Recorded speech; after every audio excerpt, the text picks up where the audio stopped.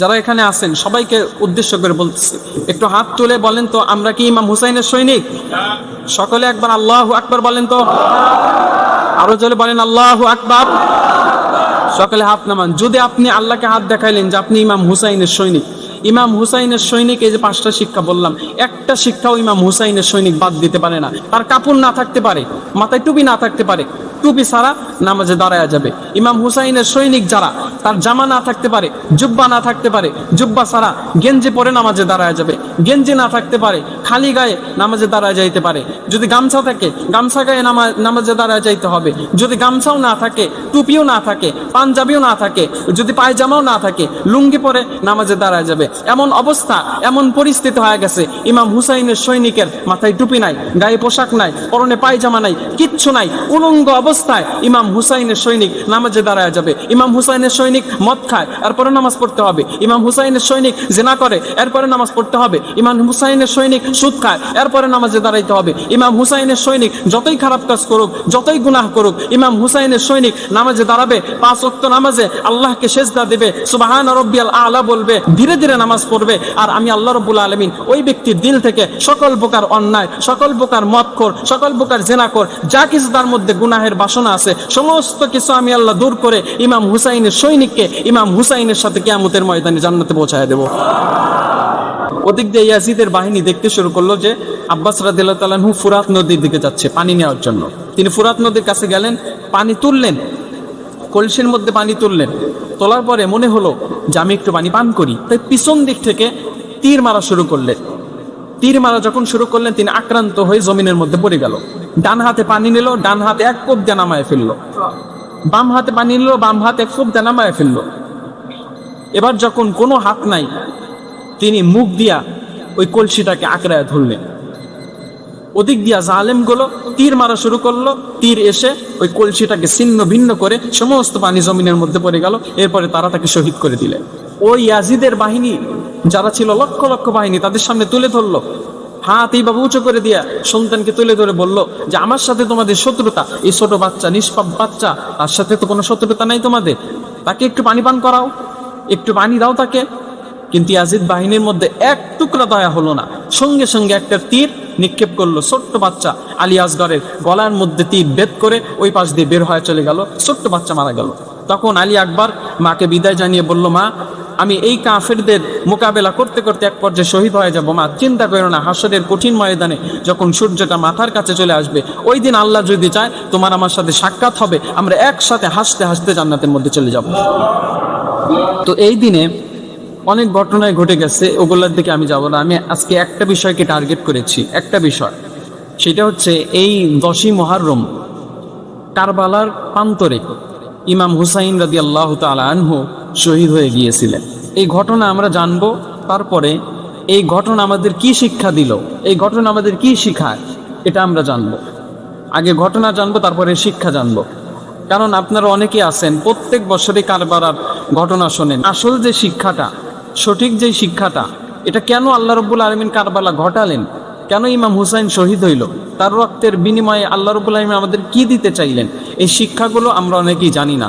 যে কারণে বারবার কারবালা আসে, অনেক মানুষ হাই হুসাইন হাই হুসাইন বলে, মিছিল করে, বাস কাজ শেষ। এতটুকু এর মধ্যে সীমাবদ্ধ না, কারবালার অনেক শিক্ষা আছে। 5টা শিক্ষা বলবো সর্বশেষে। আগে আমরা শুনবো যে কারবালার ঘটনাটা কি। ঘটনা শুরু হয়েছে এইভাবে যে হযরতে আমিরে মুয়াবিয়া রাদিয়াল্লাহু তাআলা আনহু, নামগুলো লক্ষ্য করবেন, তিনি ওই সময় শাম দেশের রাজা ছিলেন, শাসক ছিলেন। তিনি যখন বৃদ্ধ হয়ে গেলেন, ইন্তেকালের পূর্বে তার ছেলে, নাম হলো ইয়াজিদ, নাম কি? ইয়াজিদ, তার ছেলে রাজত্বের চাবিকাঠি তাকে দিয়ে দিলেন যে তুমি এখন থেকে এ দেশ সামলাবে, সত্যের সাথে, ন্যায়ের সাথে, ইনসাফের সাথে এ দেশ তুমি পরিচালনা করবে, আমি তোমাকে দায়িত্ব দিয়ে দিলাম। দায়িত্ব দেওয়ার পরে হযরত আমিরে মুয়াবিয়া রাদিয়াল্লাহু তাআলা আনহু তিনি ইন্তেকাল করলেন। ইয়াজিদ জালেম হতে শুরু করলো, জুলুম করা শুরু করলো মানুষের উপরে। এটা দেখে তার আমলের সমস্ত প্রজারা ক্ষিপ্ত হয়ে গেল, সমস্ত প্রজারা ক্ষিপ্ত হয়ে গেল। ক্ষিপ্ত হয়ে সকলেই বলতে শুরু করলো যে আমরা ইয়াজিদের এই রাজত্ব আমরা টিকতে চাই না, আমরা চাই ইমাম হুসাইন, নবীজির নাতি হুসাইন রাদিয়াল্লাহু তাআলা আনহু তিনি আসুক, আমরা তার হাতে বায়াত গ্রহণ করে তাকে আমরা রাজা বানায় দেব। সুবহানাল্লাহ বলি। তারা ইমাম হুসাইন রাদিয়াল্লাহু তাআলা আনহুর কাছে চিঠি পাঠাইতে শুরু করলো। হাজার হাজার চিঠি। তারা বলল, হুসাইন আপনি চলে আসেন, আমরা আপনার হাতে বায়াত গ্রহণ করব। আমরা ইয়াজিদের রাজত্ব মানব না, কারণ সে কোরআন দিয়ে রাষ্ট্র চালাচ্ছে না, সত্যের সহিত রাষ্ট্র চালাচ্ছে না, আমরা তার রাজত্ব মানব না। আপনি চলে আসেন, আমরা আপনার হাতে বায়াত গ্রহণ করে আমরা আপনার কথা মতো আমরা চলবো, আমরা একসাথে মোকাবেলা করব। এরকমভাবে প্রতিদিন চিঠি আসে, হাজার হাজার চিঠি আসে কুফা থেকে, কুফা নগরী। ওইদিকে ইয়াজিদের কানে খবর চলে গেল। সেনাপতি বলল যে ইয়াজিদ আপনার রাজত্ব কেউ মানতেছে না, আপনাকে কেউ চায় না, আপনাকে কেউ চায় না। চায় সবাই কাকে জানেন? বলে হুসাইন রাদিয়াল্লাহু তাআলা আনহুকে সবাই চাচ্ছে, আপনাকে কেউ চাচ্ছে না। যখন এই কথা বলল, ইয়াজিদের রাতের ঘুম হারাম হয়ে গেল। তখন ইয়াজিদ বলল যে তুমি একটা চিঠি লেখো, তুমি চিঠিতে মধ্যে লিখে দিবা যে হুসাইন তুমি চলে আসো, আমরা তোমার হাতে বায়াত গ্রহণ করব, তোমার কোনো ভয় নেই, তুমি সকলকে নিয়ে চলে আসো। মানে তাকে আহ্বান করছে ইয়াজিদ। তো চিঠি লিখে দিছে, দেওয়ার পরে হুসাইন রাদিয়াল্লাহু তাআলা আনহুর কাছে চিঠি চলে গেছে। হুসাইন রাদিয়াল্লাহু তাআলা আনহুর সামনে যত লোকজন ছিল তারা বলল যে এতগুলো চিঠি আসলো, একটু পড়ে দেখা দরকার। তো পড়তে পড়তে ওই একই কথা যে আমরা আপনার হাতে বায়াত গ্রহণ করবো, আপনি চলে আসেন। তো এবার হুসাইন রাদিয়াল্লাহু তাআলা আনহু আগ্রহী হইলেন, তিনি বললেন যে আমি যাব, কুফা নগরীতে আমি যাব, আমি তাদেরকে বায়াত গ্রহণ করাবো আমার হাতে। তো অনেক লোক ছিল, তারা বলল আপনার কি মনে নাই আপনার ভাই হাসানের সাথে তারা কি আচরণ করছিল, আপনি ওখানে যাবেন, আপনার ওখানে যাওয়া নিরাপদ না। তখন হুসাইন রাদিয়াল্লাহু তাআলা আনহু বললেন যে আচ্ছা ঠিক আছে, তাহলে আমার পক্ষ থেকে একটা প্রতিনিধি পাঠায় দেই, তিনি যাক, যাওয়ার পরে পরিস্থিতি দেখুক, দেখার পরে যদি ভালো হয় আমাকে চিঠি লিখবে, আমি চলে যাব। তো ইমাম হুসাইন রাদিয়াল্লাহু তাআলা আনহু ওই জায়গার মধ্যে সকল লোককে বললেন যে এখান থেকে আমার কথা মতো কে যাবে, কুফা নগরীতে কে যাবে পরিস্থিতি দেখার জন্য, যে ওখানকার পরিস্থিতি কেমন, কে যাবে? কেউ হাত তুলল না, কারণ সকলের এই জীবনের মায়া আছে। তখন ইমাম হুসাইন রাদিয়াল্লাহু তাআলা আনহুর চাচাতো ভাই যিনি মুসলিম বিন আকিল, তিনি হাত তুললেন। হাত তোলার পরে বললেন হুসাইন আমি যাব। তো মুসলিম বিন আকিল প্রস্তুতি নিয়ে নিল। নেওয়ার পরে যখন যাবে, ঘোড়ায় উঠবে, ওই সময় তার দুইটা সন্তান ছিল, ছোট্ট সন্তান। তারা বলল বাবা আমার মা নাই, আপনি আমাদের রেখে চলে যাবেন, আমাদের দেখবে কে? যখন এই কথা বলল, তখন মুসলিম বিন আকিল তার দুইটা সন্তানকে ঘোড়ার মধ্যে উঠায় নিয়ে গেলেন। কুফা নগরীতে গেলেন, যাওয়ার পরে দেখলেন বেশ পরিস্থিতি ভালো, সুন্দর, সকল মানুষ ইমাম হুসাইনকে চাচ্ছে। কারণ সাধারণ মানুষ তিনি আসলেই চাচ্ছে ইমাম হুসাইনকে, সাধারণ যারা মানুষ। তো মুসলিম বিন আকিলের হাতে অনেকজন বায়াত গ্রহণ করলো। তারা বললো আমাদেরকে বায়াত গ্রহণ করায় দেন। এবার মুসলিম বিন আকিল নিজে চিঠি লিখলো, চিঠিতে লিখে দিল হুসাইন এই জায়গাটা নিরাপদ আছে, আপনি চলে আসতে পারেন, কোনো চিন্তা নাই, আপনি চলে আসতে পারেন, এই জায়গাটা নিরাপদ। যখন এই কথা বলল, তখন ওই ইয়াজিদ সেনাপতিকে পাঠায় দিল, পাঠায় দেয়া বলতেছে যে যাও তুমি। মুসলিম বিন আকিল যেহেতু চিঠি লিখেই দিছে যে জায়গাটা নিরাপদ, ইমাম হুসাইনের কাছে চিঠি পৌঁছে গেছে, এখন তাকে যদি আমরা হত্যা করে ফেলি তাহলে আর কেউ জানবে না। তো মুসলিম বিন আকিলকে হত্যা করা হলো, তাকে শহীদ করে দেওয়া হলো। তার কলিজার টুকরা দুইটা সন্তান, তারা পালাইতে শুরু করলো, অবশেষে পালাইতে পারে নাই, তাদেরকে ফুরাত নদীর তীরে এনে তাদেরকেও জবাই করে হত্যা করা হয়েছে। নাউজুবিল্লাহ। তাহলে বাপ বেটা তিনজনই শহীদ হয়ে গেল। এবার হুসাইন রাদিয়াল্লাহু তাআলা আনহু ওই যে চিঠি পাওয়া গেছে, চিঠি যখন পাওয়া গেছে তখন যাওয়ার জন্য রওনা হয়েছে। তিনি রাস্তায় বের হয়ে গেছে, 70 জন বাহিনী নিয়ে রাস্তায় বের হয়ে গেছে। চিঠি পাওয়া গেছে, আর এক মুহূর্ত দেরি করে নেই। চলতে চলতে চলতে চলতে একটা জায়গার মধ্যে পৌঁছে গেল। ওই সময় সন্ধ্যা হয়ে গেছে। তো ঘোড়ার থেকে সকলে নামলো। নামার পরে ওই মাটির মধ্যে খোদাই করলো তাঁবু টানানোর জন্য। যখন একবার তলোয়ার দিয়ে আঘাত করলো মাটির মধ্যে, তখন মাটির থেকে রক্ত বের হওয়া শুরু হলো। হুসাইন রাদিয়াল্লাহু তাআলা চোখ বন্ধ করলেন, বন্ধ করার পরে আবার চোখ খুললেন। চোখ যখন খুললেন তখন তার চোখ দিয়ে টলবল করে পানি পড়তেছে। তিনি বললেন যে এই জায়গাটার নামই হচ্ছে কারবালা। আমার নানা মুহাম্মদ সাল্লাল্লাহু আলাইহি ওয়াসাল্লাম তিনি বলে গিয়েছিলেন যে এই জায়গার মধ্যে আমি শহীদ হয়ে যাব, এটা ওই জায়গা, অতএব এখানেই তাঁবু টানাও। একটা কথা মনে রাখবেন, হুসাইন রাদিয়াল্লাহু তাআলা আনহু কিন্তু যুদ্ধ করার নিয়তে যান নাই। যদি যুদ্ধ করার নিয়তেই গেতেন, হাদিসের মধ্যে আছে 70 জন নিয়ে গেছে বাহিনী, তার মধ্যে মহিলারা ছিল, ছোট বাচ্চারা ছিল, বৃদ্ধ মানুষ ছিল। যুদ্ধ করার জন্য সৈন্যবাহিনী নিয়ে যাওয়ার কথা, কিন্তু তিনি কিন্তু তার পরিবারের লোকদেরকে নিয়ে যাচ্ছেন, সৈন্যবাহিনী নিয়ে যায় নাই। তার মধ্যে হযরত আব্বাস রাদিয়াল্লাহু তাআলা আনহু তিনিও ছিলেন। তার মানে এই কথা দ্বারা আমরা বুঝি যে তিনি যুদ্ধ করার জন্য যান নাই, তিনি মীমাংসা করার জন্য গেছেন, সকল লোককে বায়াত গ্রহণ করানোর জন্য গেছেন। তাঁবু টানানো হলো। যখন খবর পাওয়া গেল ইয়াজিদ যে ইমাম হুসাইন রাদিয়াল্লাহু তাআলা আনহু পরিবার সহ ওই কারবালা নামক স্থানে আশ্রয় গ্রহণ করেছে, তখন পাঠায়া দিল তার সেনা সৈন্যদেরকে পাঠিয়ে দিল যে যাও, চলে যাও। হাজার হাজার সেনা সৈন্য চলে গেল। যাওয়ার পর ওই জায়গাটা ঘেরাও করে ফেললো, মানে কোথাও থেকে যেন পালাতে না পারে, কোথাও ফাঁকা নাই, জায়গা ঘেরাও করে ফেললো। হুসাইন রাদিয়াল্লাহু তাআলা আনহু এবার রাত্রিবেলা পর্দার মধ্যে সমস্ত বাতি নিভায়া দিল। নিভায়া দেওয়ার পরে বলতেছে যে এখানে থাকা তোমাদের জন্য ঝুঁকিপূর্ণ। 70 জনের মধ্যে তোমরা যদি কেউ চাও যে আমি জীবন নিয়ে ফেরত যাব মদিনাতে, যাইতে পারো। তারাও কেমন ইমানদার ছিল, সকলেই বলল, বৃদ্ধ মানুষ থেকে নিয়ে শুরু করে মহিলা মানুষ পর্যন্ত বলতে শুরু করলো যে আমরা কেউ এই জায়গা থেকে যাব না, মরতে হলে সকলে একসাথে মরবো, আল্লাহর জমিনে আল্লাহর দিনকে প্রতিষ্ঠিত করার জন্য আমরা শহীদ হয়ে যাব। সকলে দৃঢ় প্রতিজ্ঞা করলো, কেউ গেল না। ওদিকে সেনাপতি এসে বলতেছে, ইমাম হুসাইন, আপনি যদি আমাদের দাবিটা মেনে নিতে পারেন, আমাদের দাবি যদি আপনি স্বাচ্ছন্দ্যে মেনে নেন, তাহলে আমরা কোনো যুদ্ধও করব না, কিচ্ছু করব না, আপনাদেরকে ধন ভাণ্ডার দিয়ে ভরিয়ে দেব, আপনারা নিরাপদে মদিনায় যাইতে পারবেন, কোনো পাকড়াও করব না। এটা আমাদের ইয়াজিদ সর্দার, তিনি বলে দিয়েছে।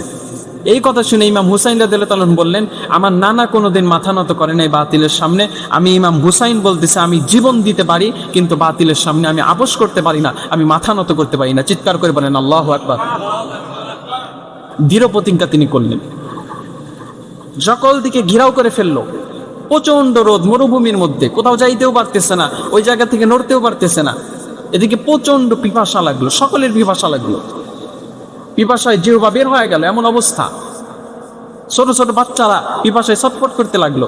ইমাম হুসাইনের ছোট্ট সন্তান, 6 মাসের সন্তান, যিনি আলী আসগর, তার ঠোঁটটা শুকিয়ে গেছে পিপাসায়, মায়ের স্তনের মধ্যে দুধ নাই, কি করবে? এই অবস্থা যখন ইমাম হুসাইন রাদিয়াল্লাহু তাআলা দেখলেন, তিনি কিছুই করতে পারলেন না, কাঁদতে শুরু করলেন। ওদিক দিয়ে আব্বাস রাদিয়াল্লাহু তাআলা তিনি বললেন যে, হুসাইন, আপনি একটু আমাকে অনুমতি দেন, আমি ফুরাত নদীর কিনারা থেকে একটু পানি নিয়ে আসি। ইয়াজিদ ফুরাত নদীর ওই জায়গা পর্যন্ত পাহারাদার দিয়া দিছে যে কেউ যেন এখান থেকে পানি পান করতে না পারে। ইবনে আব্বাস বললেন যে আমি ফুরাত নদীর ওখান থেকে পানি আনবো, আপনি শুধু আমাকে একবার অনুমতি দেন। ইমাম হুসাইন আব্বাস রাদিয়াল্লাহু তাআলা আনহু তাকে অনুমতি দিয়ে দিলেন, যাও ফুরাত নদীর কিনার থেকে পানি নিয়ে আসো, তোমার মুসলিম ভাই এবং বোনদের জন্য পানি নিয়ে আসো। আব্বাস রাদিয়াল্লাহু তাআলা দেরি করলেন না। আব্বাস রাদিয়াল্লাহু তাআলা আনহু তিনি ছিলেন শক্তিশালী, বীর বাহাদুর, কঠিন সাহস ছিল তার, যুদ্ধ করতেন তিনি বাতিলের সাথে আপোষ করতেন না। আব্বাস রাদিয়াল্লাহু তাআলা ঘোড়ায় চড়ে বীরের বেশে রওনা হলেন। ওদিক দিয়ে ইয়াজিদের বাহিনী দেখতে শুরু করলো যে আব্বাস রাদিয়াল্লাহু তাআলা ফুরাত নদীর দিকে যাচ্ছে পানি নেওয়ার জন্য। তিনি ফুরাত নদীর কাছে গেলেন, পানি তুললেন, কলসির মধ্যে পানি তুললেন। তোলার পরে মনে হলো যে আমি একটু পানি পান করি।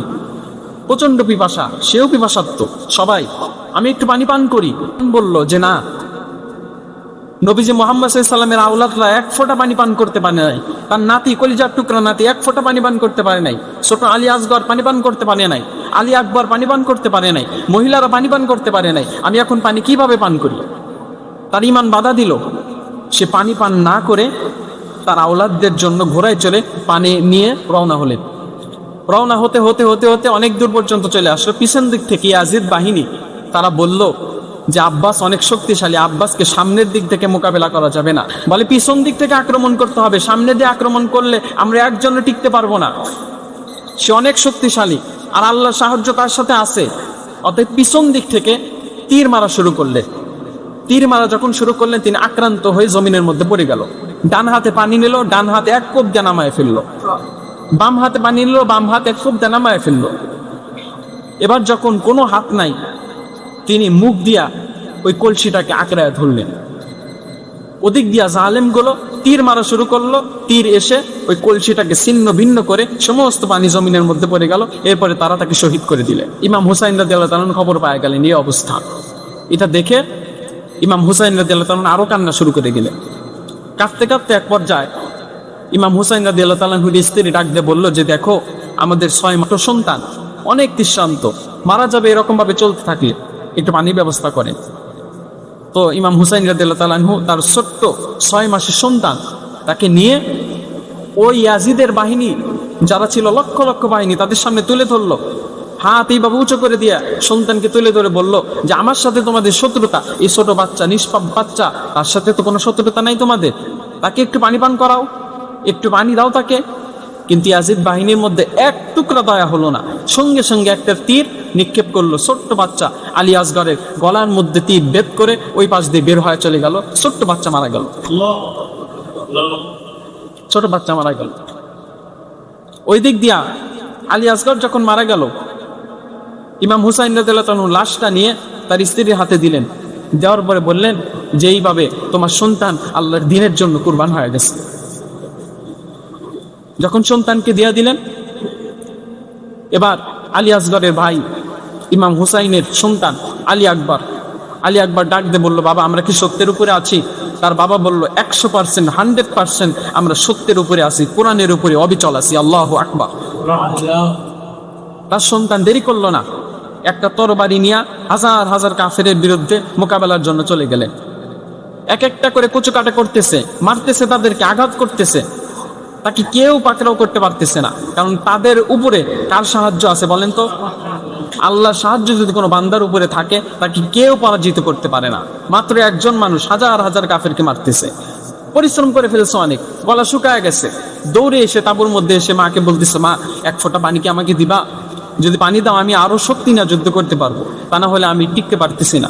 তার মা বলল, বাবা পানির অভাবেই তোমার ছোট্ট ভাই আলী আসগর তিনি দুনিয়ার জমিন থেকে চলে গেল, পানি তো নাই, কি করব?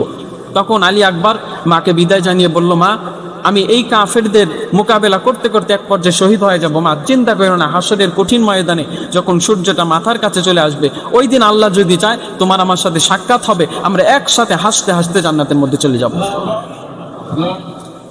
এরপরে আলী আকবর যুদ্ধের জন্য রওনা হলেন, বের হয়ে গেলেন। যুদ্ধ করতে করতে করতে করতে তিনিও শাহাদত বরণ করলেন।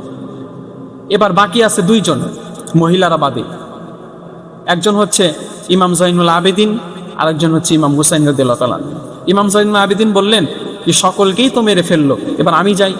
ইমাম জয়নুল আবেদিন যখন এই কথা বললেন, হুসাইন রাদিয়াল্লাহু তাআলা আনহু তিনি বললেন যে না, তুমি যদি এখান থেকে চলে যাও তাহলে ইসলামের এই বাতিটাকে আঁকিয়ে ধরবে কে? ইসলামের পতাকাকে ধরবে কে? ইমাম জয়নুল আবেদিনকে যখন এই কথা বললেন হুসাইন রাদিয়াল্লাহু তাআলা আনহু, ইমাম জয়নুল আবেদিন বললেন ঠিক আছে। যখন এই প্রতিশ্রুতি দিল, ইমাম হুসাইন রাদিয়াল্লাহু তাআলা আনহু এবার লক্ষ লক্ষ সৈন্যের বিরুদ্ধে মোকাবেলার জন্য চলে গেলেন। যুদ্ধ করতেছে, কাটাকাটি হচ্ছে, কাফেররা দুনিয়ার জমিন থেকে চলে যাচ্ছে, জাহান্নামে চলে যাচ্ছে। ইমাম হুসাইনের একটা পশম কেউ ছিঁড়তে পারতেছে না। আল্লাহু আকবার বলেন। একটা পশম কেউ খুলতে পারতেছে না, কারণ যার সাথে আল্লাহ থাকে দুনিয়ার কেউ তাকে পরাজিত করতে পারে। তিনি যুদ্ধ করতেছে বীরের বেশে। ইয়াজিদের সেনাপতি যে, তিনি ভাবতে লাগলেন এইভাবে চলতে থাকলে তো তাকে পরাজিত করা অসম্ভব, কারণ তাকে কেউ একটা আঘাত পর্যন্ত করতে পারতেছে না। এত বীর, একটা আঘাত করা সম্ভব হচ্ছে না, কিভাবে তাকে শেষ করা যায়? এইভাবে যুদ্ধ করতে করতে করতে করতে যখন মসজিদ থেকে আজান চলে আসলো, আল্লাহু আকবার, আল্লাহু আকবার, আশহাদু আল্লা ইলাহা ইল্লাল্লাহ, আশহাদু আন্না মুহাম্মাদুর রাসূলুল্লাহ, হাইয়া আলাস সালাহ, হাইয়া আলাল ফালাহ, যখন তার কানের মধ্যে চলে আসলো হাইয়া আলাস সালাহ, নামাজের দিকে আসো, হাইয়া আলাল ফালাহ, কল্যাণের দিকে আসো, আল্লাহ বড়, আল্লাহ বড়, আল্লাহ শ্রেষ্ঠ। যখন এই আওয়াজটা তার কানের মধ্যে চলে আসলো, হাতের মধ্যে তরবারি ছিল, কাফেরকে আঘাত করবে, আঘাত করতে পারে নাই, সাথে সাথে তরবারি ছুঁড়ে ফেলে হাত দুইটা উপরের দিকে করে বলতেছে যে আমি এখন নামাজে দাঁড়াবো, আমাকে কেউ ডিস্টার্ব করিও না। যুদ্ধের ময়দানেও নামাজ, যুদ্ধের ময়দানেও নামাজ, যেখানে লক্ষ লক্ষ কাফেরদেরকে পরাজিত করতেছে, তিনি নামাজে দাঁড়ায় গেছে, সমস্ত কিছুকে পিছে ঠেলে নামাজে দাঁড়ায় গেছে। আল্লাহু আকবার বলে নামাজ শুরু করে দিচ্ছে। যখন নামাজ শুরু করে দিছে, ওই দিক দিয়া কাফেররা এবার সুযোগ পায় গেছে, কিন্তু নামাজ তাকে থামায় দিছে। এবার তীর মারা শুরু করছে, হাজার হাজার তীর মারতেছে পিছন দিক থেকে, কারণ কাফেররা সামনের দিক থেকে তীর মারতে সাহস পায় না ইমানদারকে, পিছন দিক থেকে তীর মারতেছে।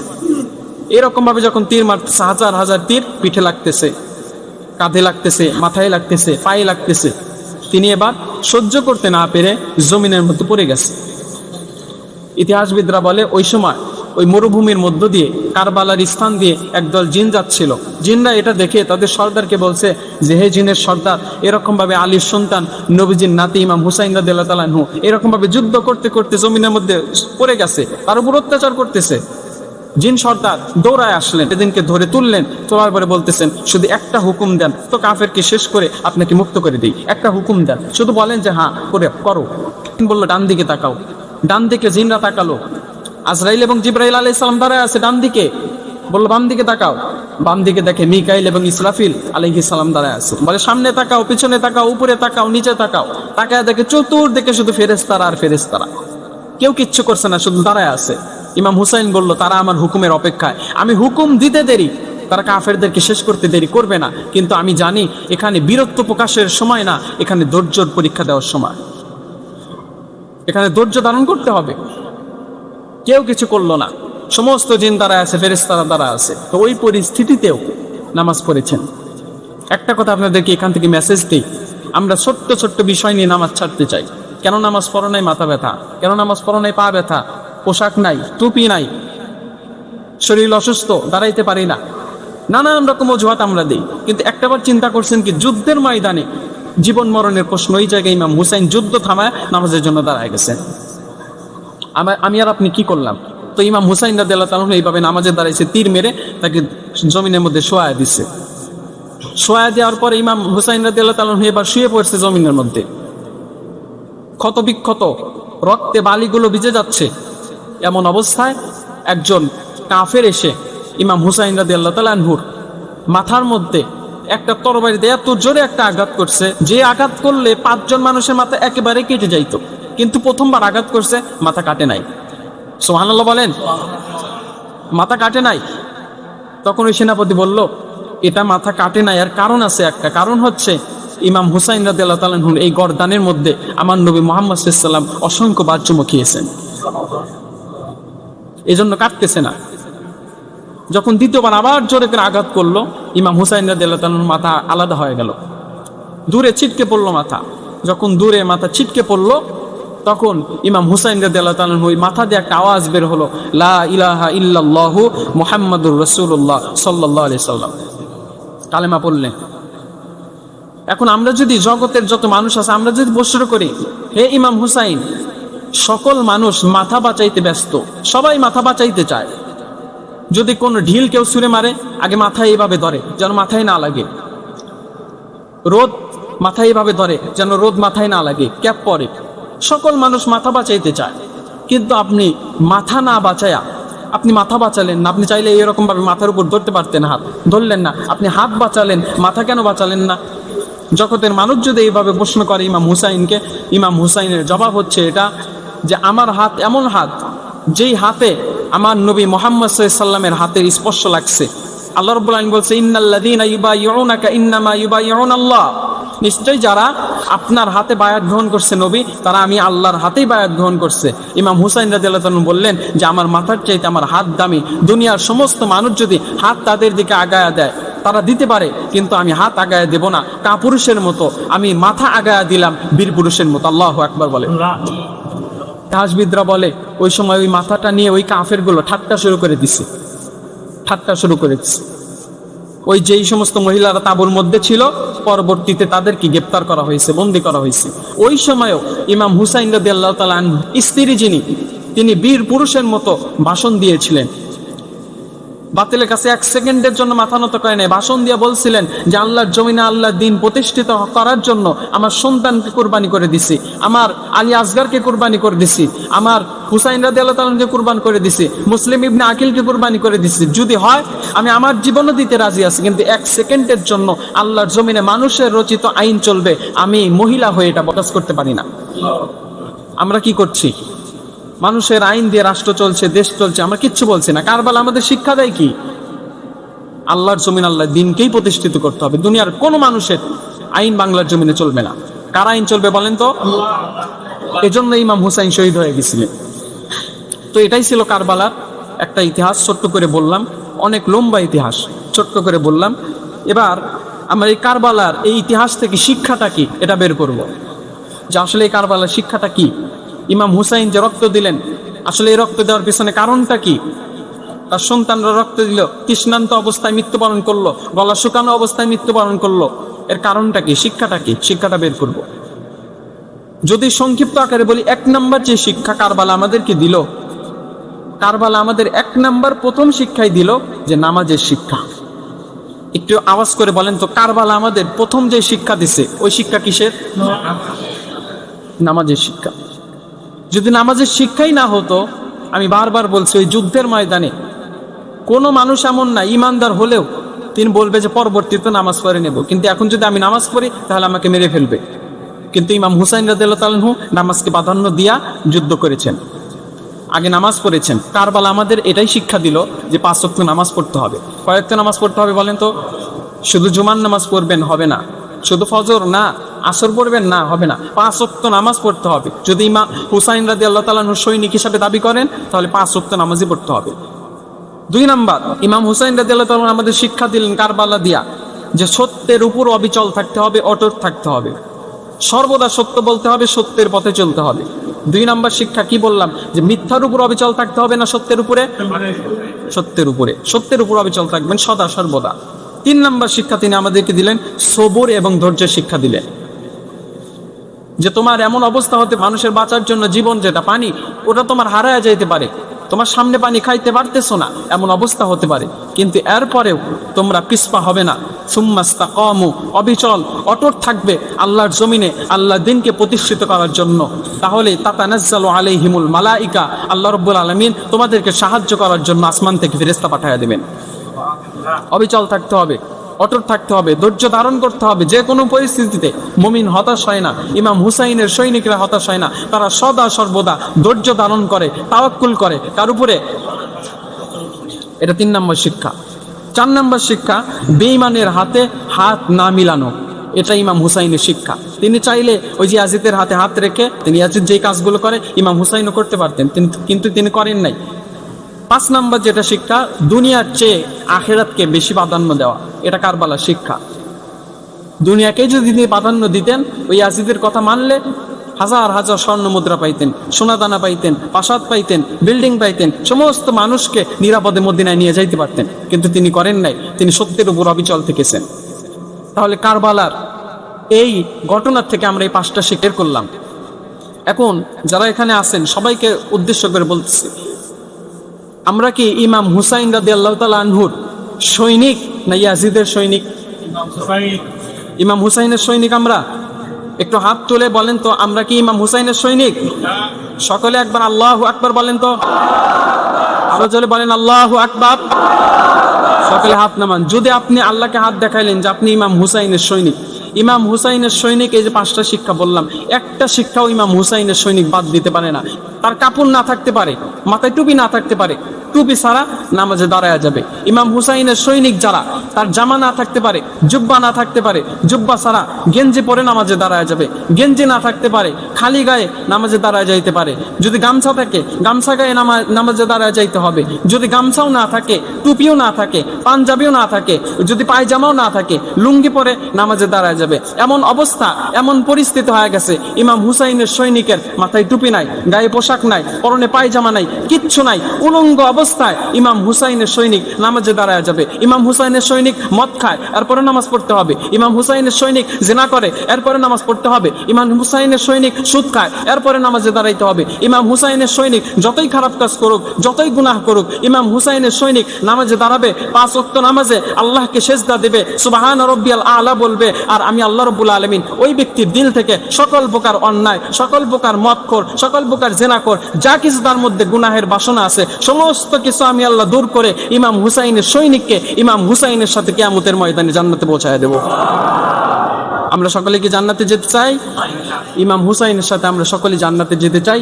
কারবালার শিক্ষা আমাদের দিলের মধ্যে আমরা ধারণ করতে চাই। আল্লাহ রাব্বুল আলামিন আমাদের প্রত্যেককে যেই কথাগুলো বললাম, যেই ঘটনাগুলো বললাম, এই ঘটনাগুলো থেকে, এই কথা থেকে, এই শিক্ষা আমাদের সকলকে দিলের মধ্যে আমল করার নিয়তে ঢুকানোর তৌফিক দান করেন। ওয়া আখিরি দাওয়ানা আনিল হামদুলিল্লাহি রাব্বিল আলামিন।